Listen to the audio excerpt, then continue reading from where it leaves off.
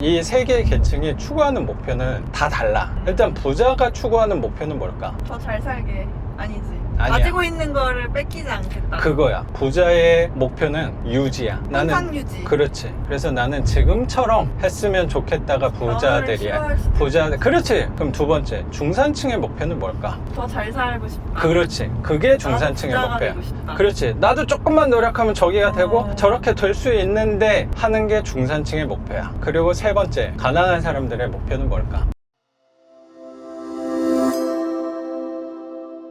이번 정부가 들어와서 보통은 부동산 하는 사람들은 안 좋다고 생각하는데 한번 돌아서 생각을 해봤더니 내가 갖고 있는 집들은 사실 이번 정부에 들어서 제일 많이 올랐어. 시세도 분명히 올랐겠지. 월세도 올랐다.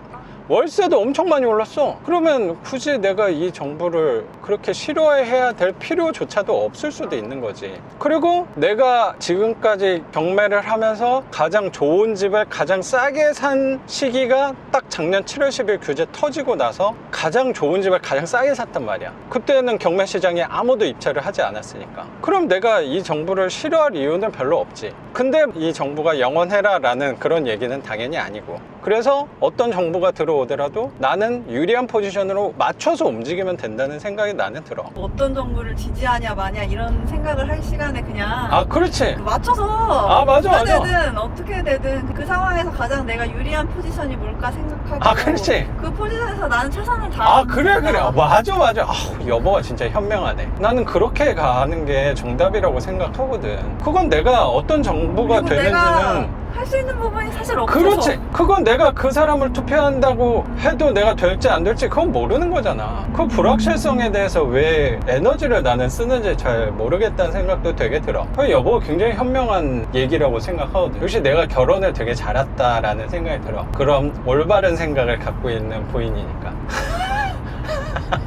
최근에 질문 주셨던 분이 불로소득을 환수한다더라, 토지를 국유화한다더라, 그런 거에서 걱정을 많이 하시더라고. 우려와 걱정을 하는데, 그래서 나도 생각을 예전부터 했던 게 뭐였냐면, 이건 우리나라뿐만 아니고 모든 나라에서 항상 똑같은 게 뭐냐면, 모든 시대를 거쳐서 항상 세 개의 계층으로 구성이 돼 있어. 어떻게 구성이 돼 있을까? 세 개가. 부자와 중산층과 가난한 자. 그렇지. 항상 이 세 개 계층이 어떤 시대에든지 존재하고 있단 말이야. 북한도 마찬가지잖아. 가난한 사람, 중산층, 부자가 있단 말이야. 다 똑같이 잘 살아야 된다고 생각하는데도 그 비율이 다를 뿐이지. 그렇지. 보통은 양 끝으로 치우쳐 있긴 하지. 그런 사회 체계를 갖고 있는 국가일수록. 그러면 이 세 개의 계층이 추구하는 목표는 다 달라. 일단 부자가 추구하는 목표는 뭘까? 더 잘 살게. 아니지. 아니야. 가지고 있는 거를 뺏기지 않겠다. 그거야. 부자의 목표는 유지야. 항상 유지. 그렇지. 그래서 나는 지금처럼 했으면 좋겠다가 부자들이야. 부자들. 그렇지. 부자들은 그래서 변화를 그렇게 좋아하지 않아. 왜냐면 지금 너무 좋거든. 그게 부자들의 목표야. 그럼 두 번째, 중산층의 목표는 뭘까? 더 잘 살고 싶다. 그렇지. 그게 중산층의 나도 부자가 목표야. 되고 싶다. 그렇지. 나도 조금만 노력하면 저기가 되고 저렇게 될 수 있는데 하는 게 중산층의 목표야. 그리고 세 번째, 가난한 사람들의 목표는 뭘까? 먹고 살게만 해달라. 그거에서 확장을 해서 좋든 안 좋든 똑같이 살았으면 좋겠다가 가난한 사람들의 목표야. 이 세 가지 계층은 동시에 존재하면서 다 다른 꿈을 꾸고 있는 거지. 근데 언제나 세 개 계층은 계속 뒤섞이게 돼 있어. 뒤섞이려면 문제가 발생을 해야 되거든. 그러면 부자들이지, 상류층에서의 문제가 생기니까 그거를 뒤집는다 하고 중산층이 들고 일어나서 뒤섞이는 경우가 제일 많아. 예를 들어서 정권을 잡고 있는 데가 어쩌면 상류층이라고 난 생각이 좀 들어. 그런 세력들이 거기에 해당할 수 있잖아. 그 사람들이 뭔가 정치를 잘못하거나 실수를 해. 그러면 그거를 중산층이 지적을 해서 바꿔내야 된다고 말을 하거든. 언제나 역사는 보면 상류층하고 중간층 계립의 대립이야. 단적으로 보여줬던 게 나는 촛불 집회라고 생각을 하거든. 모든 사람들이 그 광화문 거리로 뛰쳐나갔잖아. 중산층 계급 중에서도 나눠질 거 아니야. 중산층에서 위에 있는 부분에 있는 사람들이 결국에 그 선동을 한단 말이야. 바꿔야 된다, 갈아엎어야 된다라고 선동을 하는데, 그 사람들의 전략이 만약에 성공을 해, 그러면 결국에 득을 보는 거는 누구냐면 그 사람들이야. 중산층에서도 제일 위에 있던 사람들만 득을 봐. 만약에 그 상류층을 갈아엎어 버린다면. 다 갔어. 회사 다니는 친구도 회사에서 단체로 가니까 간다, 막 이런 것도 많았거든. 장인어른도 가지고 막 여보 엄마도 가고 그랬잖아. 여기서 또 갈아엎기 위해서 중요한 게 뭐냐면, 이 상류층하고 중산층이 항상 대립인데 누가 숫자가 많은가가 되게 중요하거든. 상류층하고 중산층하고 대립을 하면 어차피 숫자는 비슷해. 승리를 이루려면 누구를 끌고 와야 되냐면 가난한 사람을 꼭 끌고 와야 돼. 그래야지 절대적인 숫자가 많아서 그런 혁명 같은 것들, 변화하는 것들을 성공하게 만들 수 있는 거거든. 전에 그 촛불 집회 같은 경우는 중산층 계급이 가난한 계층을 끌고 오는데 성공했기 때문에 이게 정권이 바뀔 수 있었다고 난 생각하거든. 왜냐면 그건 누가 봐도 부당한 행동을 했던 거였잖아. 그래서 가난한 사람들의 동의를 많이 받을 수 있었던 거지. 도덕적으로 문제가 있었다, 이런 잣대가 그렇지. 씌워지면서. 가난한 사람들을 중산층이 끌어들였기 때문에 사실 혁명이지 뭐. 대통령을 끌어냈으니까 혁명이라고 생각은 좀 들어. 지금 정부가 들어온 건데, 지금 정부에서는 너무나도 가난한 사람들을 포커스를 맞춰서 얘기밖에 하지 않거든. 왜냐면 가난한 사람들이 분명히 숫자가 점점 늘어나고 있으니까 더 가난하게 해야지 그들의 표를 받는데 유리하다는 생각이 좀 든다는 생각도 임대주택을 많이 들어. 늘리고 그런 것도 어떻게 보면 그냥 그 자리에 계속 있어라, 약간 이렇게 받아들여지니까. 아, 그렇지. 그냥 임대주택이 계속 살아라, 이런 그렇지. 느낌이.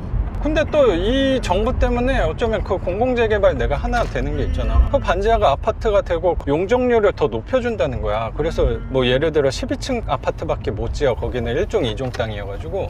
근데 공공재개발을 하면 더 높이 지을 수 있다, 뭐 이런 거. 용적률 혜택을 더 준다는 거야. 거기에 대신 공공 그 아파트를 좀 넣어야 된다는 거지. 내 입장에서는 좋은 거지. 이번 정부 때문에 아파트가 되는 거는 분명하거든. 거기는 안 될 거였는데 어쩌면. 그래서 꼭 이 정부를 원망하고 탓하고 그러고 싶진 않고, 앞으로 어떤 정부가 어떤 정책을 할지 알 수 없으니까. 그렇지, 어떤 정책이 온다고 하더라도 또 거기에서 불편한 것도 분명히 생기겠지만 유리한 것도 분명히 생긴다는 거야. 그래서 나는 거기에 맞춰서 굳이 내가 미리 준비를 해야겠다는 생각 자체를 별로 안 한다는 거야. 아니, 모든 일이 다 이 투자뿐만이 아니라 이게 장단점이 다 있기 때문에 누가 오든 장점과 단점이 다 있는데 어떤 점을 더 크게 볼 거냐. 그렇지, 맞아. 우리가 해야 될 임무는 단점을 작게 보는 노력이 필요한 거고, 장점을 크게 보는 노력이 좀 필요하다는 생각인 거지. 약간의 궁금한 부분들에 대해서 최근에 정책적인 부분이라든지 속 시원하게 말을 했다고 생각이 드는데, 이 얘기를 또 오해할 수 있는 게, 내가 뭐 이번 정부를 지지한다거나 지지하지 않는다 뭐 그런 얘기를 한 건 아니야. 중요한 건 어떤 정권이 와도 상관없다가 중요한 거지. 그렇게 생각을 하려고 노력하는 그치? 거지. 나는 그게 유연한 사람이라고 생각하고, 나는 유연한 사람이 좀 되고 싶다는 생각이 있어서 그런 식으로 살아가려고 노력을 하는 거지.